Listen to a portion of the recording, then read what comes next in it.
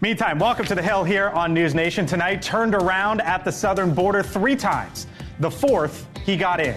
Now extradited to Maryland. NewsNation with new details on how this man from El Salvador, accused of murdering a mother of 5, illegally crossed into the country. New information as well on the big debate in a week. Who won today's coin flip? And what the Biden and Trump campaigns chose for both men. Also this evening, Vladimir Putin and Kim Jong-un meet. Now a top Democrat and Republican want the U.S. to take action. So what could that look like? Plus, time to get rid of your smartphone, maybe? Why one governor is talking up that thing right there, a flip phone. And besides the red, white, and blue, what do you see here? Seems like there's an answer for everyone. Come on in. I'm Blake Berman. This is The Hill on NewsNation.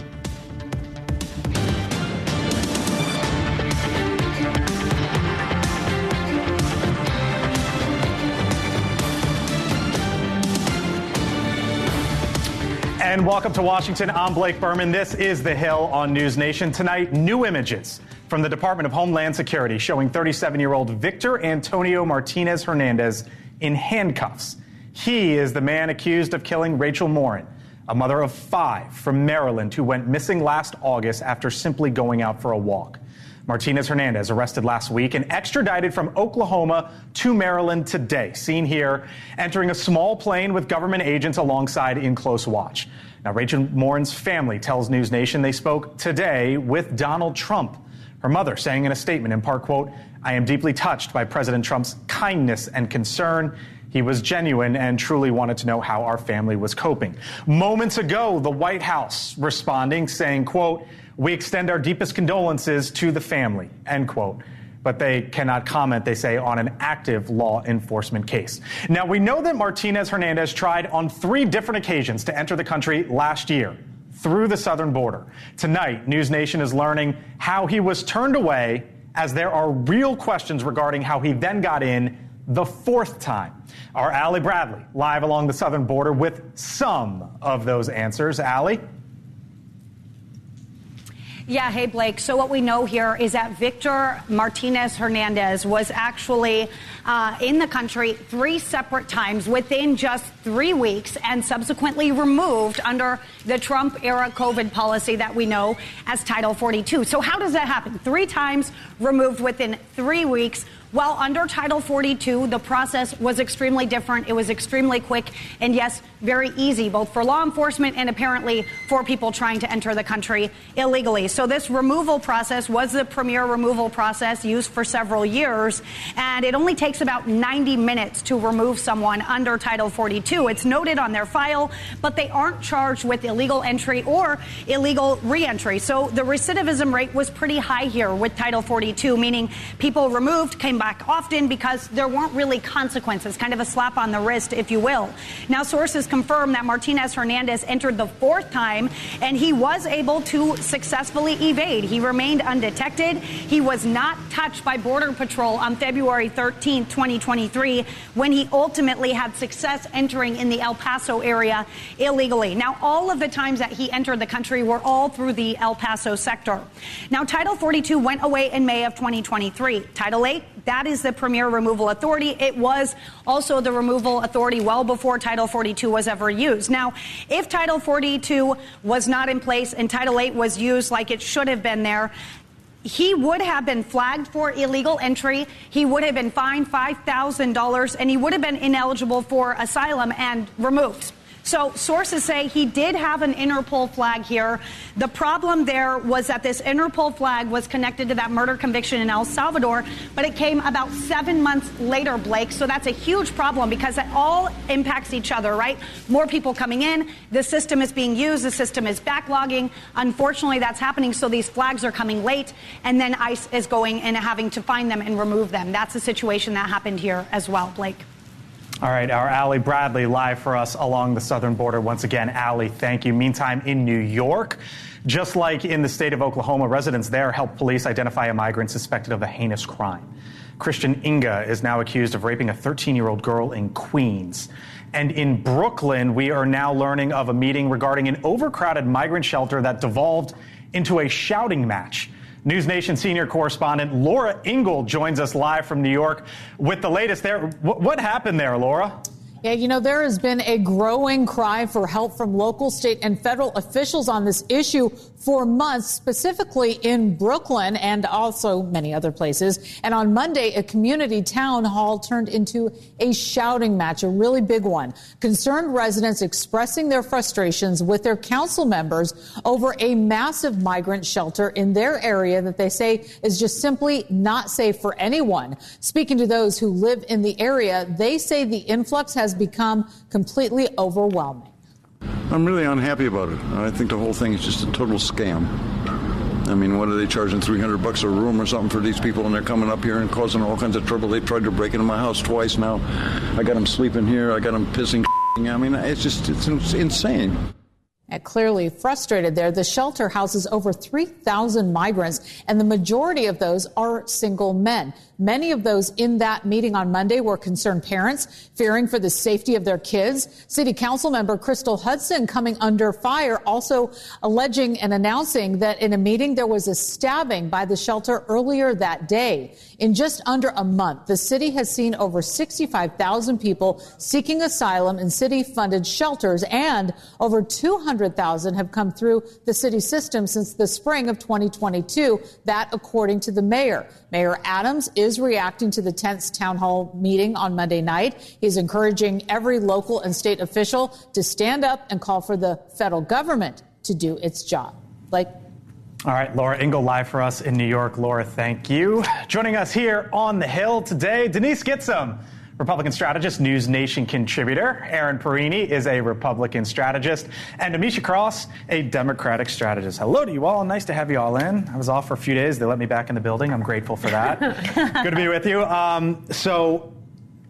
We already know that Donald Trump is going to bring this up in the debate in a week's time. He just posted about this quite literally moments ago. But, Aaron, I was looking at a new Fox poll that came out yesterday, national poll, immigration. Trump only +9 over President Biden. That surprised me a little bit. That seems a little low for him, no? And I wonder if that concerns you heading into the debate. It doesn't concern me. One, the Trump team's already been messaging on this. They put out a messaging email this afternoon regarding this murder and other murders that were preventable by illegal immigrants under the Biden administration. But when you look at that Fox News polling specifically, if you dig a little deeper into it, 63% of the American people have an unfavorable view of Joe Biden on immigration. So maybe they're not saying, yes, it's better under Trump, but they certainly aren't happy with Joe Biden. But if you break down even further and you look at the polling across the board when it comes to illegal immigration, there's a CBS YouGov poll that has 53% of Hispanic voters supporting mass deportation at this point. There's a New York Times poll, Siena poll, that came out that showed a shift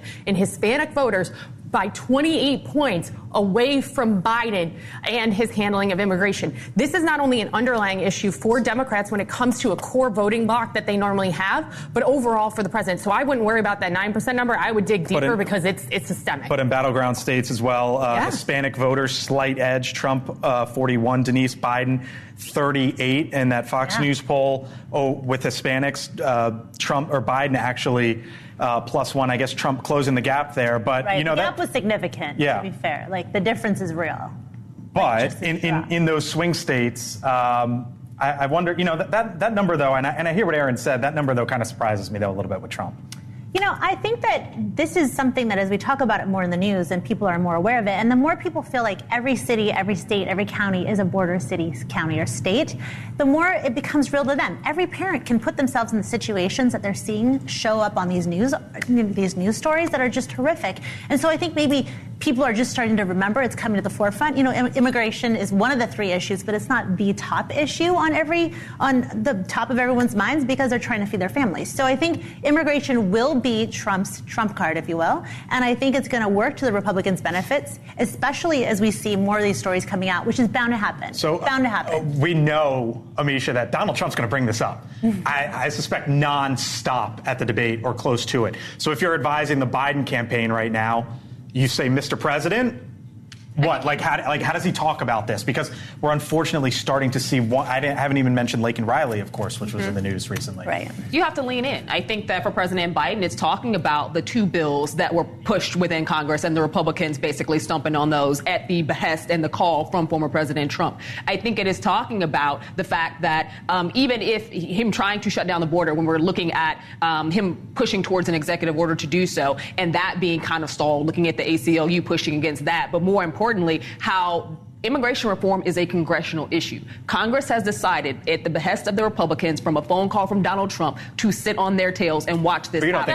And Republicans were actually the individuals who helped to orchestrate both of those bills and the provisions within them. So I think that, yes, we're seeing some of these immigration debates continue to bubble up across the country. It's not in the top 3. For most people, it's not even in the top 5. I think it's it is for people who actually live in border towns. No, it's not for everybody. National polling. Not when it comes to immigration reform. So it's clearly not as what they want to see is resources specifically around the housing of these migrants, specifically around workforce requirements for these migrants, specifically in areas where they are being overburdened and the city cannot handle it. So that is a federal responsibility. The Fox poll, immigration extremely important. 77% is the top line for independents. It was 74% Hispanic, 77% black voters, 78%. So I do think you basically have three quarters of the country, by and large, who feel that this is an extremely important issue. I think for Democrats, obviously something like abortion might be higher up on the list than say, immigration. But we're already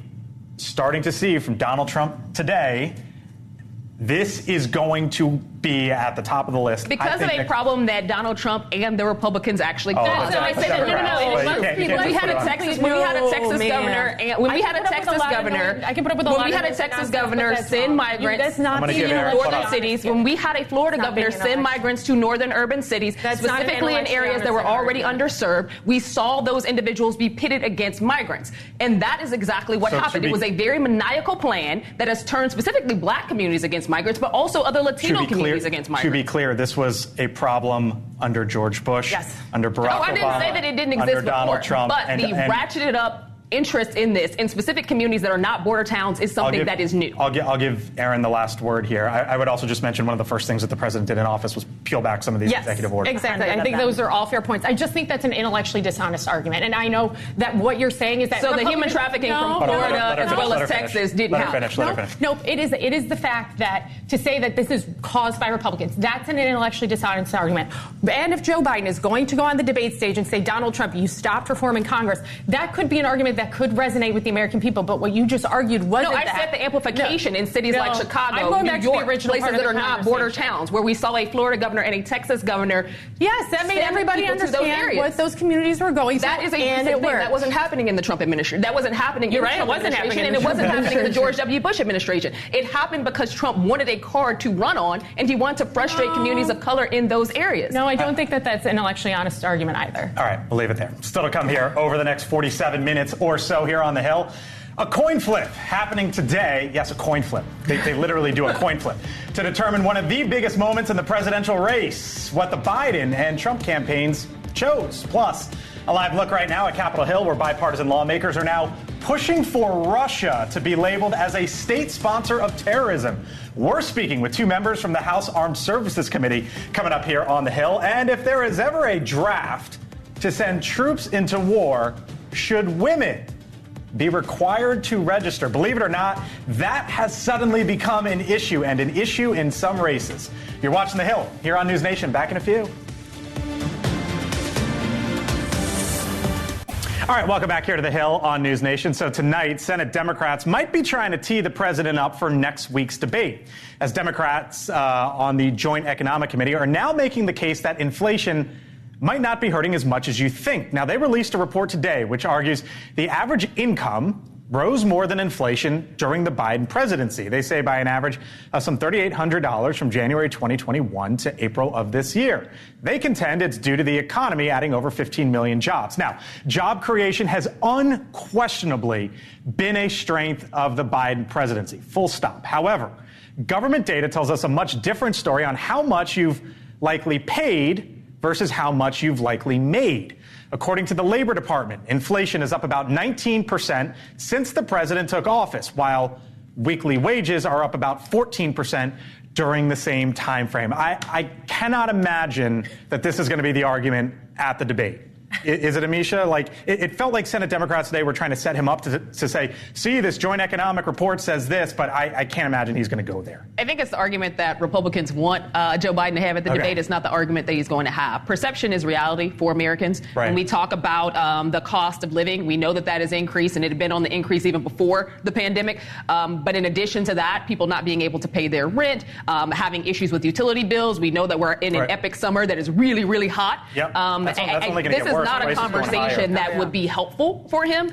So I think that he's going to talk about job creation. Obviously, we have the stats to show that, and especially as we're looking down, the barrel of what that infrastructure package actually looks like. But he would be better to stay away from telling people that, their lives are better in terms of the cost of things when many people are penny pinching, taking on extra jobs, trying to do whatever they can to make ends meet. You can't negate that argument. Oh, yeah. I think we've been saying that for a long time. The Republicans are like, back away from the Bidenomics if you want to actually resonate with people. And the fact that this is the inflation, it's disproportionately affecting women of color. I mean, 71% of black women say that they're living paycheck to paycheck, compared with 63% of the general population. It's a feeling that his base constituency is leaving him on. And I think some of that Clinton-esque, I feel your pain, let me help you address this issue, is really going to go a long way. But it's something that he and his team have resisted so hard to their own detriment. Honestly. Right. So there was a coin flip today for the debate. We haven't had a coin flip since the Super Bowl, I guess, and this might be one of the big playoff games, I guess you could say, in politics, is the first debate coming up here in a week. Here's what happened: so there was a coin flip. Biden team wins, and they chose to have Biden situated on the left side of the stage, or essentially on the right side of the screen. So when you're looking at the screen, Joe Biden will be on the right side, Donald Trump will be on the left side, and then that meant that Donald Trump's team got to pick, all right, at the end, does he want to have the last word or give Joe Biden the last word? And Trump's campaign chose for Trump to have the last word. I'm not sure how much you can read into all this, but I was thinking, speaking of reading, we read left to right. Our eyes are trained to go left to right. So throw up a two-shot real quick. You just had one up on the screen, right? Well, our eyes are trained to go, what's the two-shot here? There we go. From Aaron to Amisha. So Aaron is essentially Donald Trump, and Amisha would be Joe Biden. I wonder if the Biden team sort of wanted Trump to be the focus on that side of the screen, if our eyes are trained that way. Am I reading into it too much or no? I don't necessarily think it's as much that. I think for them, they just like the imagery better of him on that side of the screen and where that kind of narrative moves your eye across the screen, as much as it has to do with like where Donald Trump is. But I will tell you, I think Trump's team got the better deal of this. The last word in the debate, that seemed like giving up. That seemed like giving up receiving in a football game in the second half because you think you're going to score the touchdown on the first set of offensive downs of the game. It doesn't usually work like that. In a football game, you traditionally, if you win the coin toss, you elect to receive. You elect to receive in the second half. Yeah, right, in the second half. And I would think if you win the coin toss, you want to have the last word, but I want all of this sports talk has been lost. As is trying to be coordinated. My mom always said I had two left feet. I can't keep track of right and left. All of this is lost. Here's what I'll say. I gotta say this. Joe Biden might look like he's on the right side, but we know he's on the wrong side. Oh, God. What are you reading into any of this? I don't think that the sides matter, but I do think that having the last word does. As somebody who's prepped several people for speech and debate, and I've also done several of them myself, you always, if you have the choice, you choose to go with the last word. Because you want to be the last thing that people remember. You want to be able to surge if there's anything that is said that you want to come back and hit them with in the end with no rebuttal. That is literally the point. So what about Trump debate advisors? We're learning about his advisors. Eric Schmidt, these are senators. Eric Schmidt, Marco Rubio, J.D. Vance, Bill Hagerty. Two of those have been talked about as possible vice presidential candidates. Yeah, he's using these senators, to my understanding, as a policy prep, bringing them up to speed about where things are currently. So and instead of mimicking a debate against Joe Biden, he's having policy conversations. He's doing back and forth, kind of lobbing things. But one thing that I think that Trump is doing that people wouldn't consider debate prep, but it are these big rally speeches. Since there is no audience in this debate, there's no automatic feedback you would normally get in a way of an ooh or an ah or an applause moment, even if they try to keep a crowd quiet. It doesn't always work. But he can at least, even with a MAGA audience, test which lines resonate the most with his base and use that to his advantage in the debate, because he's already been able to see real-time reaction and the media reaction as well. Right. Real quick, Denise, I wonder what you make of who's prepping him there. And well, let's just hope he doesn't go the way of Marco Rubio and the debates that they had together, because I think Marco Rubio is a great guy, but he certainly did not do well in the debate. In fact, that was his demise. So yeah, I'm sure this is all policy. This is all practice. The thing is, does Donald Trump really need practice in how to engage people? I mean, every day. Well, I think some would say he needs, yes, the but debates does it help? Didn't go but does it help? Does it help? I'm not sure. I'm not sure that he can be contained. I think he's going to do what he knows best, and he'll default whenever he gets triggered. We'll see. I hope that he gets a little more. He doesn't interrupt 100 times like he did in 2020. You know, I think that really works against him. And if he sticks to the issues and stays away from the personal stuff, right, I think he's going to come out on top. All right. By the way, next Thursday we have a special night of coverage here on NewsNation. It is debate night with Chris Cuomo, starting at 8 o'clock Eastern. Chris sets the stage for the night's big matchup. 9 o'clock, right after Chris's show, you can watch the CNN presidential debate simulcast right here on NewsNation. Then stay tuned as Dan Abrams, Elizabeth Vargas, Leland Vittert, and the best political team anywhere join Chris to break it all down. It is debate night with Chris Cuomo. Special live coverage, 8 o'clock Eastern, 7 Central, right here on NewsNation. But before then, and still to come here on the Hill, they are not an ally. They are certainly an adversary. But now that Vladimir Putin is meeting with Kim Jong-un, should we label Russia a state sponsor of terrorism? There's only 4 countries with that label. Coming up here on the Hill, 2 lawmakers on that one possibility. They're joining us on the other side of the break. And why flip phones? Yes, that thing right there. Remember that way back when? Well, they just might be making a comeback. In fact, one governor is now suggesting if you want phones in a classroom, maybe it should be that thing there. You're watching The Hill on NewsNation. As one of the most dangerous countries in the world, Russia deserves to be, in fact, it's deeply earned the designation to be a state sponsor of terrorism. Anybody that does a defense agreement with North Korea should be a state sponsor of terrorism.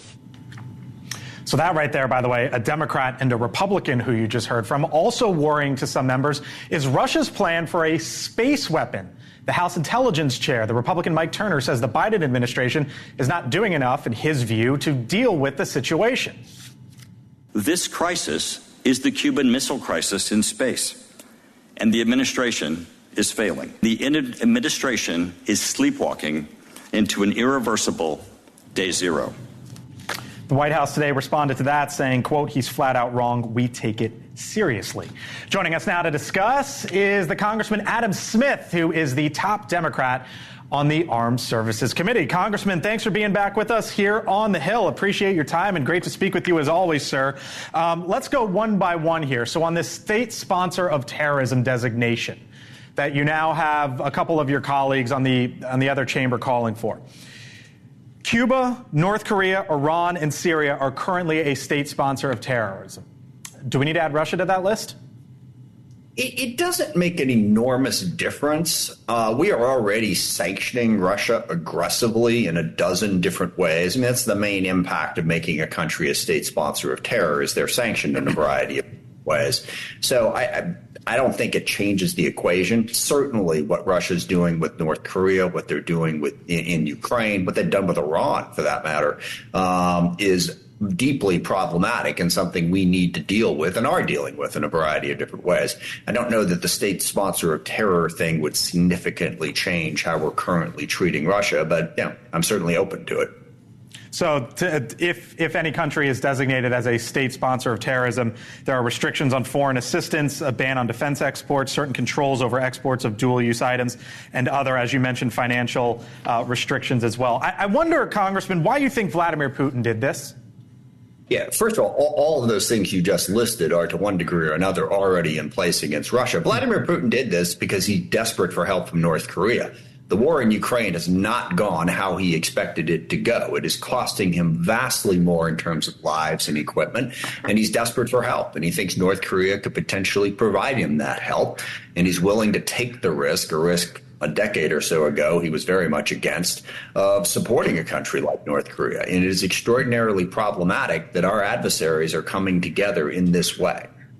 But so you could clearly make the case that he's desperate, right? And I hear you. But this war between Russia and Ukraine has been going on now for what, give or take 2 years. And I hear you saying essentially that he's not winning this war, but this is still ongoing. So I wonder how you can sort of position Vladimir Putin and Russia in that light. Yeah, no, I mean, don't misunderstand me. I mean, without question, it is still a huge problem. Russia is pressing the fight forward. There is considerable risk that they can succeed more than they already have. I'm just saying that the reason he's gone to North Korea is he needs their help more than I think he expected to need their help. So, yeah, no, we have to deal with a very problematic challenge from Russia. But look, the overall problem, and I think I've talked about this on this program before, is China, Russia, Iran, North Korea are now coordinating and working together in ways that they previously hadn't. Now, the good news is we've got our own allies and partners, and we have to make the case to even more countries in the world that what those four countries are doing is a problem, and they should stand up against them with us. Let me ask you about your colleague, Congressman Mike Turner, Republican, head of the House Intelligence Committee, warning about Russian nukes in space. I wonder, we heard from John Kirby today. We take this seriously. We've been working on this particular problem from every angle, including through intense diplomacy with countries from around the world. That's from the White House. But I wonder how they can say that Mike Turner is wrong, that the White House hasn't been sleepwalking on this, when it seems as if Russia has this capability. Well, look, I mean, he's wrong because Mike Turner is implying that the U.S. and the Biden administration isn't taking this seriously. They're taking this very seriously. They're trying to put pressure on Russia in a variety of different ways to stop this launch. Let me just also say, and I respect Mike Turner a great deal, but him blowing the sources that we had that gave us information on this by publicly revealing this information didn't exactly help in the effort to stop them from launching this either. We had very good source intelligence that was keeping us updated. He blew sources, you think? Pardon? He blew sources? No, there's no question about it. By making this public, by opening it up to all 435 members of Congress, you knew that within hours it was going to be known publicly. And within hours, pardon? Should he be reprimanded?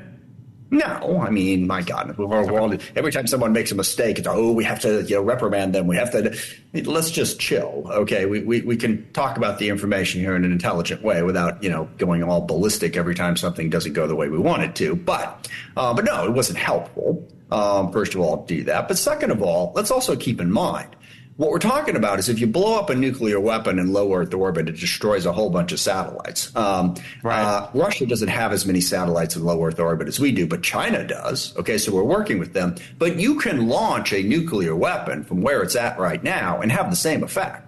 This doesn't exactly give. Now, it shortens the time frame. I don't know how long it takes a nuclear weapon to get from a bomber in the air into space versus how long it takes to blow one up in space. But we're talking minutes, not hours. So It's not a new capability. It is a threat that we need to deal with. And Congressman Turner's wrong to say that the Biden administration isn't trying to deal with it. They are. Congressman Smith, we'll leave it there. We always appreciate your time, sir. Hope you come on back here on the Hill. Anytime. Thanks for the chance.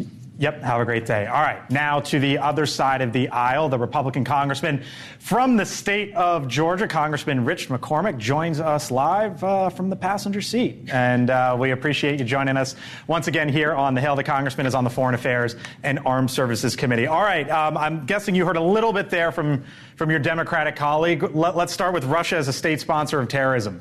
Need it or no? Yeah. Well, the big thing we need to realize that they are enemy combatants towards Ukraine. They invaded a country. This is very much to our strategic disadvantage. I think we should do everything we can to punish them economically, to make this very hard on them so they don't continue this bad behavior. And so we set an example that China doesn't get encouraged to invade Taiwan. Declaring them as a state terror, I don't know. That might be a little bit overreach. We can do the same things we need to do to punish them for their bad behavior without actually declaring them a terrorist nation. It is one person that's driving this policy. It's Putin. What he needs to be, what we need to do is punish that behavior, and otherwise the rest is just rhetoric. Got it. I hear you essentially saying the same thing as your Democratic colleague. Let me ask you, Congressman, about a story that is on thehill.com right now. And here's the headline, quote, "Firestorm erupts over requiring women to sign up for the military draft." Now, this, of course, is hypothetical, but this is suddenly becoming an issue in the key Senate race in the state of Nevada. You served Congressman. I wonder what you make of it. If this ever gets to a case where we need a draft, should women be required to sign up? That's a good question. This is something our society is evolving on. I've talked to my colleagues on the Republican side about this specifically. It's kind of split. Now, I'm a guy who understands that many other nations require their females to serve, including Israel. That eventually, I think we will be at that point, and we literally have combat arms now open up to women. Leadership positions of all sorts open up to women. They want equal standards. They want to, Mike Waltz basically pushed a bill requiring equal standards for equal jobs. In other words, if you're going to be in special forces, you got to be able to lift your pack, follow the same rules, same regulations. You have to be able to physically carry your load in order to be in these forces. The question is, do we want our women drafted? A lot of people say over my dead body or no way, no how. But quite frankly, think about the future of America. If you want to have the ability to, let's say, determine what sex you are, come in the military, get transitioned, how many people are going to get drafted as men and then transition to female and then get out on the same premise? I mean, we have an upside down society right now. That would be such a small amount, wouldn't it? Go ahead. I think you froze there. I was going to say that would be such a small amount, though, right? Of course, but the whole point of this is, do we want real equality? Do we want women to be able to serve in military in the same capacity? And if they are going to serve in the same capacity with the same rules, would they be drafted also? Now, I'm not saying we should or shouldn't. I'm just saying this is something we should discuss openly. Okay. I personally don't think it's the right time, but I think the Senate brought this up. It was not in the congressional bill. This is on the Senate, and they got to debate this themselves. But I don't think American society is ready for it yet. All right. We'll leave it there and joining us from the car. So we do appreciate you, Congressman, dialing in and being with us here on the Hill. Congressman McCormick, thank you. All right. My pleasure. You got it. So it was interesting because I heard a Democrat and a Republican there essentially agree on the state sponsor of terrorism designation. And we were talking during the break about this concept of maybe requiring women to sign up in a possible draft. Democrat, Republican. You all agree. Mm-hmm. You all are essentially... I'll let you say it. Go. No, the three best Marines that I know are women. There's a 3-star general that's a friend of mine. My friend's about to take over 8th and I of the Marine Corps barracks to be the public face of the Marine Corps. I'm so proud of you, Carrie. And then one of my dear friends was enlisted for 16 years. These women served nobly and they wanted to. And you know what? We all should bear that burden. We need to stand up for our country. Tee up the Sam Brown soundbite because Sam Brown is in Nevada. He's running a crucial. He's a Republican running a crucial race there. And here is what Sam Brown had to say. Look at my face. This is the high cost of war. This is absurd. This is unacceptable. Our daughters will not be forced into a draft. You should be ashamed of yourself, Jackie Rosen. Jackie Rosen is the Democratic senator. What would you say? Because I think you disagree with him here.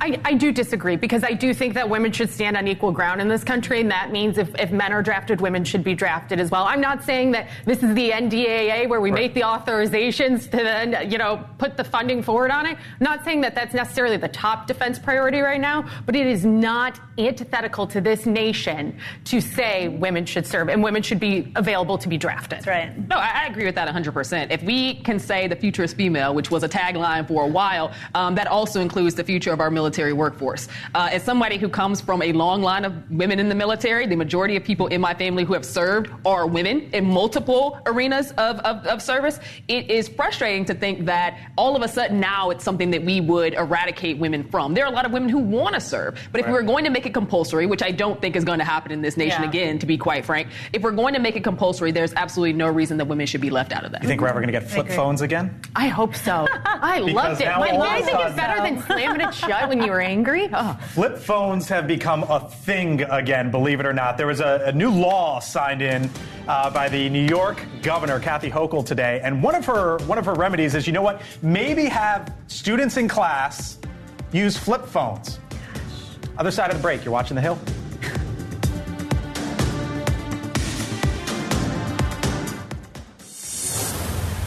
Tonight, China at our border, buying land and growing this. Go with Brian Enton to see firsthand how cheap land and labor are fueling the underground drug trade. You're moving the cattle, you're harvesting the wheat, yet there's something nefarious happening not far from here with the Chinese. Right.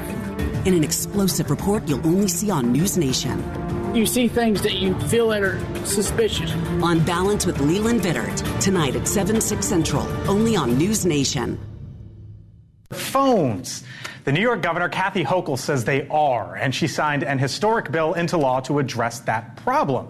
The Safe for Kids Act aims to restrict, quote, addictive feeds for users under the age of 18, and it bans notifications between the hours of midnight and 6 a.m. But the governor isn't stopping there. In an interview that aired this morning, Hochul suggested flipping back the clock on smartphones for kids. Watch. We're studying that. We are absolutely looking at this seriously, and I'll tell you why. People want to know their children are safe. That all can be accomplished on a flip phone. So the suggestion there is maybe just allow flip phones into schools because they're not necessarily, on the phone the whole time. Kids don't need phones during the day, though. Really? I don't know. As a parent, sometimes I'm you gotta remember. Think about when we grew up back in our day. I sound like a real old-timey lady. I remember during the transition, I was in high school when it was but you used to get a phone. I got a phone in high school. That's where we were. That's when I got my first cell phone, and at my high school, your phone it was a flip phone. It had to be away during the day, and if you're caught with your phone, you got in trouble. Your parents called the school, and the school would get in touch with you. It's not like your kids are completely isolated. They don't need social media during the day. They don't need to be texting their friends. Go back to the old school note. We can teach you how to origami fold them like we used to, so you can hide them as you pass them. I was never good at the origami. I think that Governor Hochul's onto something, but this is also hella Big Brother-ish and kind of creepy. Right. Yeah, to the extent that the social media orgs need to be better at mitigation efforts when we see bullying, when we see the AI technology that's being used to superimpose young kids' bodies onto nude adult figures and things like that. Things are wild out here. Wild West, but I don't think that reverting back to the flip phones, which haven't been relevant since Britney Spears' Baby One More Time, is the movement we need to be doing. Okay, so my mom would beg to disagree. My mom is watching right now, and I bet you're so cheering this so much, Mom, because she's always saying, get off your phone. Right. I'm like, Mom, I'm working. I don't think taking away options is ever the answer. Maybe I'm just such a conservative that I think we should all have options. Point. Yes, exactly. This is where we come together. But I also think parents have some role in teaching their kids boundaries. We need to teach kids to be responsible for themselves. So I will tell you, maybe the worst feeling as a parent is when the kids say, Daddy, put down your cell phone, or why are you always on the phone? I read this article just the other day, My Month Without a Smartphone. It's by Ted LeMade on the blog Collab Fund, which I read all the time. Here's what he says. He says, after living life without a smartphone for a month, the case for keeping them out of kids' hands as long as possible is pretty damn compelling. After all, if adults are as addicted to them as they appear to be, what are the chances young and impressionable kids can fare any better? Just a thought as this debate now is seemingly, there's a story out in the USA Today, by the way, about how flip phones are coming back. We'll see. All right, now to a move that puts faith into the classroom. The state of Louisiana, officially the first state to require the 10 Commandments be displayed in every public school classroom. Now, the law authorizes the display of historical documents like the Declaration of Independence as well.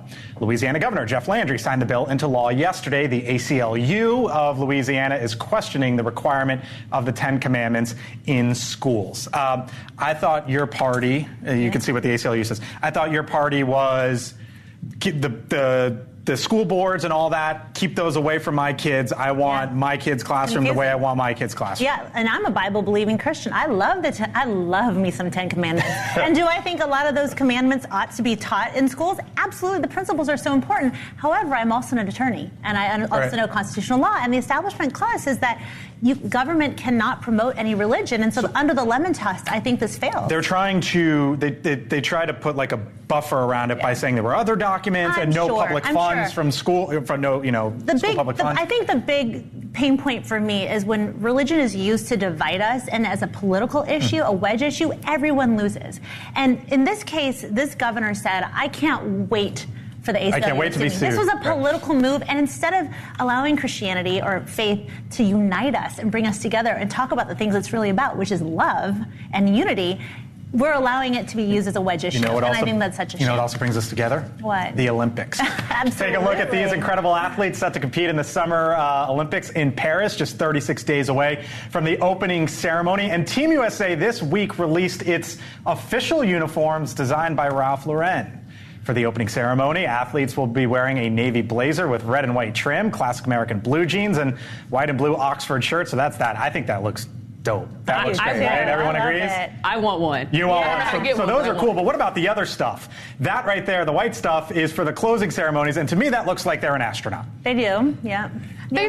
You know what? I think that both of them are very cool. I think that, like, listen, if you're going to be walking out there, it gives a little bit of like a Glee Club preppy opening ceremony, and a little more like, we just kicked your butt. Welcome to the America. Right. Like, what do you see there? I mean, I love the first one a whole lot more than the second, but I think with the blue ones, or the blue ones. Okay, the blue ones are everything. Fresh, yeah. I definitely want that. The white is a little bit different. I'll give it to you. It looks like they just landed on the moon. The blue, I love. The white, it is what it is. But Team USA all the way. Team USA all the way. Leave it there. Yes. Other side of the break, they strike again. Climate change activists vandalizing Stonehenge. What is next? Leland Vittert, host of On Balance, joins us on the other side of the break. You're watching The Hill. All right, so before we say goodbye, here's a story that caught our eye. Would you look at that right there? 2 climate activists spraying orange paint at the ancient Stonehenge monument in southern England. The 2 arrested on charges of damaging a UNESCO World Heritage Site. Just Stop Oil took credit. I'm not sure taking credit is a way to phrase it, but they took credit for this act there at a famous world site. Leland Vittert, host of On Balance. Weird things happen at Stonehenge. Yeah? Isn't that the whole point? Of Stonehenge? Here's why I want to talk about this. We are just seeing this time and time again. Did you see the private jets? From... Same group. Went out to an airport nearby. At least though you're going after... Yeah, right? Like the archives here in Washington. Like, it's just nonstop. I know, but the private jets, I think, sent a message to all the climate do-gooders who lecture us and then fly around in their private jets. That one I was okay with. That one. And who knows about Stonehenge? It's a weird place anyway.